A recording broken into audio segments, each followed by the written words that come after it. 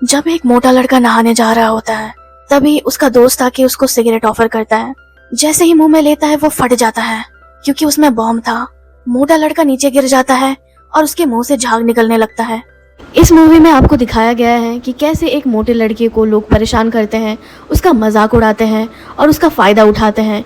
फिर भी ये लड़का हमेशा खुश रहता है और क्या करता है जीने के लिए।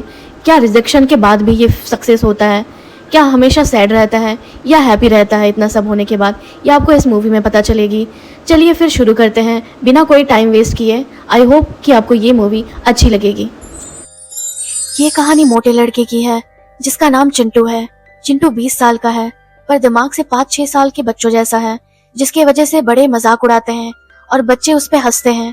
पर फैमिली उसकी बहुत सपोर्टिव है, उससे बहुत प्यार करते हैं। फिर हम देखते हैं टॉफिस का बंटवारा हो रहा होता है जिसमें भाई और बहन अच्छे और बड़े टॉफिस रख लेते हैं अपने पास और चिंटू को कुछ ही टॉफिस देते हैं। पर चिंटू का दिल इतना बड़ा होता है कि वो अपने हिस्से का टॉफिस भी अपने भाई को दे देता है। भाई वो इतना ज्यादा जेलस फील करता है और सोचता है कि घर पे सबसे ज्यादा प्यार इसको क्यों मिलता है। फिर हम देखते हैं चिंटू के पास कोई जॉब नहीं है।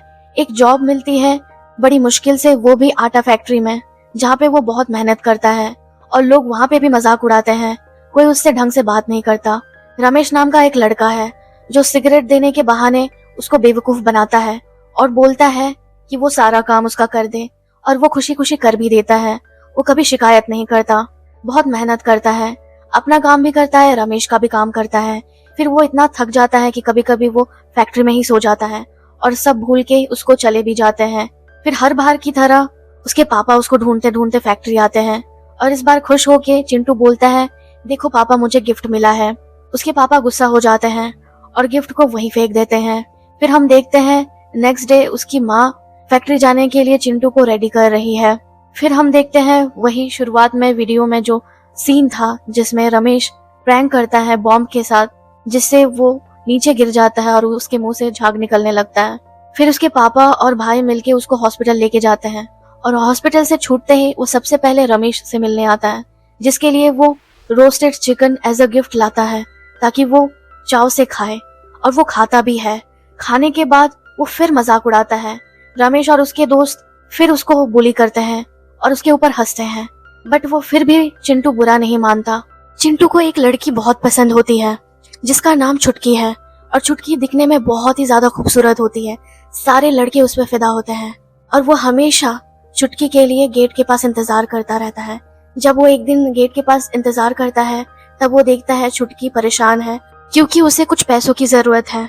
तो चिंटू भाग के अपने माँ के पास जाता है और पूछता है क्या वो छुटकी की हेल्प करेगी, और उसकी माँ समझ जाती है कि छुटकी कभी भी उसके बेटे को पसंद नहीं करेगी, बट अपने बेटे का मन रखने के लिए वो मान जाती है और छुटकी की हेल्प करती है। और छुटकी समझ नहीं पाती कि कौन हेल्प कर रहा है, तो उसकी माँ बताती है ये मेरे बेटे ने बताया। तो छुटकी उस टाइम कुछ नहीं बोलती है। फिर न्यू ईयर का टाइम आता है और हम देखते हैं अच्छे अच्छे पकवान बनते हैं घर पे और सब वेट करते हैं छुटकी के लिए।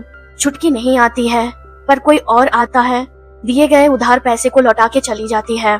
फिर नेक्स्ट डे हम देखते हैं चिंटू प्रपोज करने के लिए छुटकी को फुल रेडी है, पर वो देखता है कि छुटकी के पास कोई और लड़का आता है, वो उसका बॉयफ्रेंड होता है।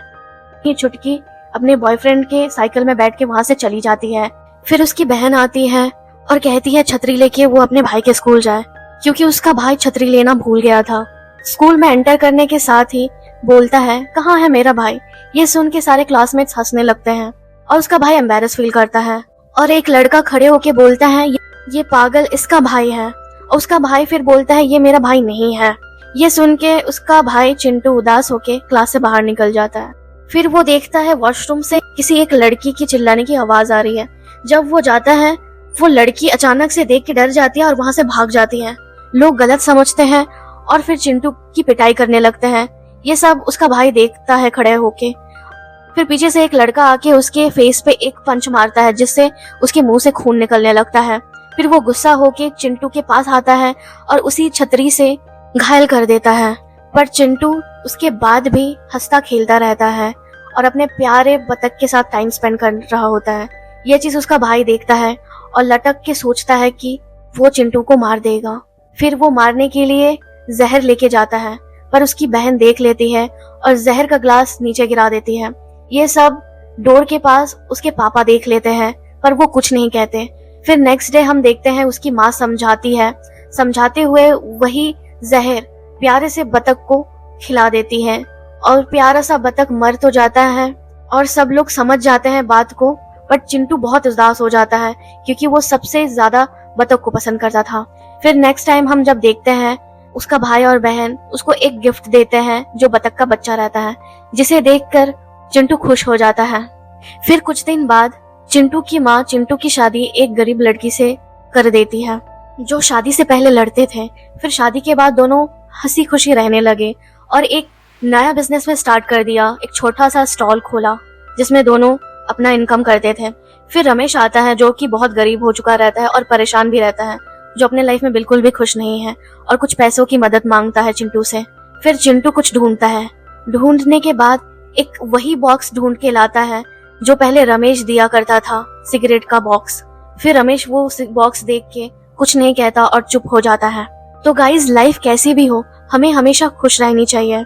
और इस मूवी से हमें ये सीख मिलती है कि कभी कभी बेवकूफ बनना भी हमें खुशी दे जाती है और चालाक बनने के बाद भी लोग खुश नहीं रहते। तो गाइज, ये मेरा फर्स्ट यूट्यूब वीडियो था। तो अगर आपने अभी तक ये वीडियो देखा है तो एक लाइक तो बनती है, और ऐसे स्टोरीज देखने के लिए आप मेरे चैनल को सब्सक्राइब कर सकते हैं। Thank you so much for watching. और अगर आप अभी भी वीडियो पे बने हुए हैं तो मैं कुछ बातें आपसे शेयर करना चाहूँगी रिलेटेड टू लाइफ। देखिए गाइस, बहुत सारे ऐसे लोग होते हैं ना कि लाइफ में ना खुश रहते हैं। जैसे उसके पास महंगी गाड़ी है, बड़ा घर है, बट घर में खुशियाँ है ही नहीं, क्योंकि उन लोग लालच से भरे ज़िंदगी में जीते हैं कि हमें ये चाहिए वो चाहिए। अगर 1,000 रुपये हैं तो उसको 10,000 रुपये बनाने में भिड़ जाते हैं, और अगर 10,000 रुपये है तो उसको 10 लाख करनी है या 10 करोड़ करनी है। मतलब लालच का कोई अंत नहीं है गाइस। तो हमें ऐसी ज़िंदगी नहीं जीना चाहिए। जो है जितना है उसी में खुश रहना चाहिए। यही लाइफ का फंडा है, सिंपल एंड क्लियर। ज़्यादा लालच करोगे लाइफ डिफ़िकल्ट एंड कॉम्प्लिकेटेड होती जाती है। इसीलिए खुश रहो, सबको खुश रखो। और क्या, छोटी सी लाइफ है, कब कौन जाता है, कौन लाइफ से जुदा हो जाता है, हमें कुछ आइडिया नहीं है। जैसे आजकल की घटनाएं होती हैं, कभी भी लोग कर लेते हैं, जो कि अच्छी बात बिल्कुल भी नहीं है। इसलिए जब तक लाइफ है खुश रहो, बिंदास रहो और हैप्पी रहो। बस यही कहना था।